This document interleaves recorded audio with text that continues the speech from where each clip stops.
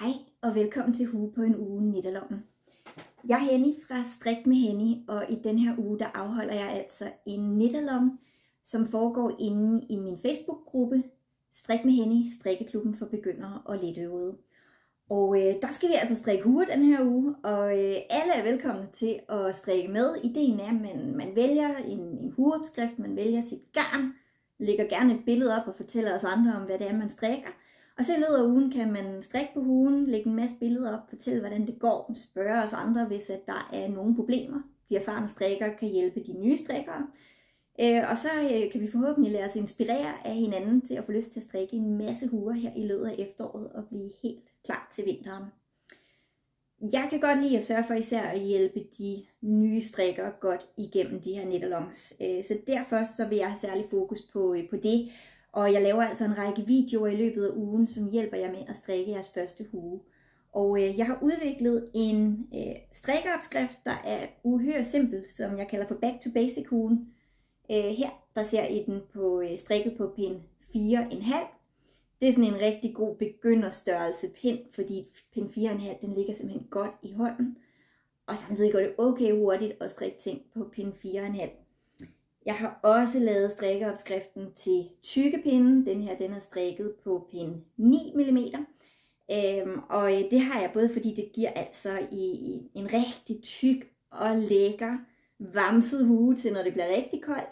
Men også fordi at pind 9 mm, der skal der altså ikke bruges ret mange masker for at få sådan en hue. Så det her det er et rigtig hurtigt projekt. Så hvis man er helt ny, men man gerne vil kunne følge med og bare strikke en lille smule hver aften, for eksempel, jamen så er det måske en god idé at vælge den her, fordi bare man lægger sådan en 10-15 minutter om dagen, kan man altså godt selv som ny strikker få strikket sådan en her hue på en uge. Med den her, der skal der nok for de nye strikkere lægges lidt længere strikketid, hvis man vil kunne nå det, men det er også okay, hvis man ikke når at blive færdig. Det handler bare om at gøre sit bedste, og jeg har altså set masser af begyndere at strikke sådan en her hue på et par dage alligevel, hvis de først lige får godt gang i de der strikkepinde.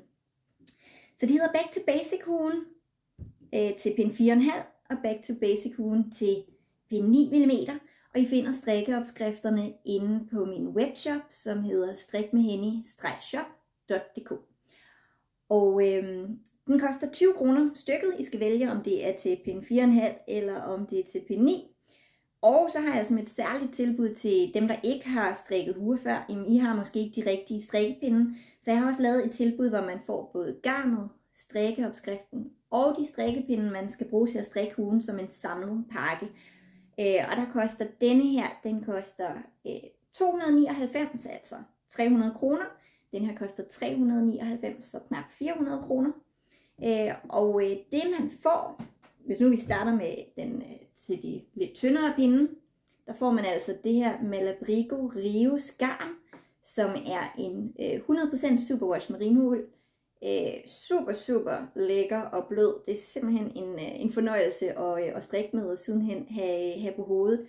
Malabrigo de laver håndfarvede garner, og der er både nogle der er sådan lidt mere semisolide i farverne, og jeg har nogle neutrale farver, hvis det skal passe ind i ens garderobe, og man foretrækker det. Og så har jeg altså også nogle flerfarvede garner, ligesom denne her er strikket i, og som denne her, der hedder Archangel, er. Der får man altså utrolig meget forærende, fordi strikkeopskriften, selvom den er enormt simpel, jo så giver en flerfarvet hue med et stribet udseende, simpelthen fordi at garnet skifter farve undervejs. Så man får sådan 100 gram Malabrigo Rios, som er 100% merinould. Så får man rundpinden, 40 cm, den rigtige størrelse til huestrik, og de er bambus, fordi at det er for det første lidt billigere bambuspinde, så man ikke skal ud og bruge alt for mange penge på dyre stålstrikkepinde. Og så har de lidt mere gnidningsmodstand, så der er rigtig mange begyndere, der foretrækker at strikke med bambus, fordi at man bedre kan kontrollere det. Garnet glider ikke rundt på pindene på samme måde. Når man når op til toppen med huen, så bliver omkredsen på huen mindre og mindre, fordi man laver nogle indtagninger. Og så kan man skifte over til de her strømpepinde, så de følger også med. Så det er kun lige den sidste del af huen, der skal strikkes på strømpepinden.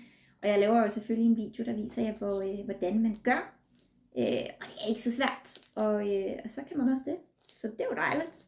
Så det er altså det, man får med. Opskriften, rigeligt med garn til det, strømpepinden og rundpind til hugestrik, pind 4,5. Til restaudgaven, der får man jo så selvfølgelig noget restegarn, og der er altså 150 gram i det her fed, fordi der også skal være nok til en hel hue. Og det er altså en utrolig lækker huegarn. Den er simpelthen så dejligt tyk, og det er jo så også derfor, man strikker den på de her tykke 9 mm pinde. Den er enkeltrådet, og så er den ubehandlet, så den her, den skal altså vaskes i hånden, hvor at rivelsen, den kan tåle maskinvask. Men det er ikke noget problem at vaske den, og det er ikke så tit, man behøver at gøre det med en hue. Til den får man altså også både strømpepinden og rundpinden, og der er altså rigeligt med garn her til huen, uanset om man strikker den ene størrelse eller den anden. Og så her i løbet af ugen kommer der altså videoer, der viser, hvordan at man strikker den her hue.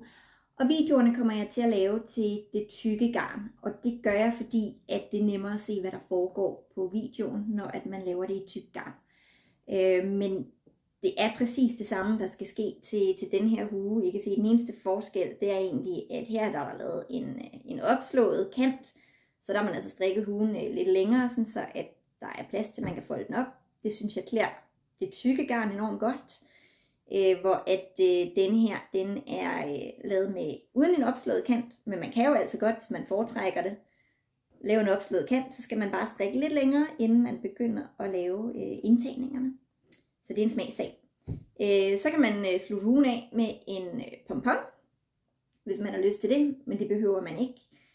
Jeg sælger sådan nogle pomponer her, som er i kunstig pels. Utrolig god kvalitet kunstig pels.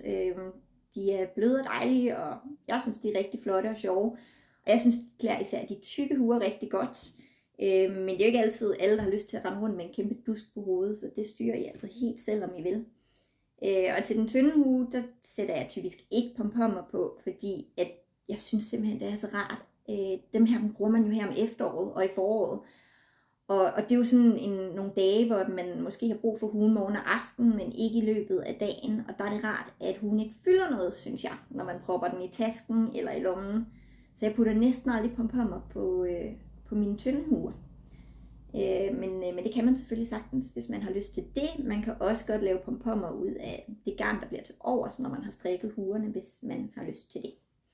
Så der er altså frit slag, og jeg håber, at uanset om I strikker Back to Basic huen, eller en af de andre hueopskrifter, jeg sælger inde i shoppen, eller måske en helt anden super fed opskrift, I har fundet et eller andet sted på nettet. Og uanset hvad garn I strikker i, så håber jeg, at I har lyst til at melde jer ind i Facebook-gruppen og dele billeder undervejs, dele jeres erfaringer, dele jeres opskrifter. Og så kan vi jo inspirere hinanden og forhåbentlig få lyst til at strikke en masse huer, inden det bliver rigtig vinter. Men jeg vil i hvert fald ønske jer god strikkelyst, og vi ses.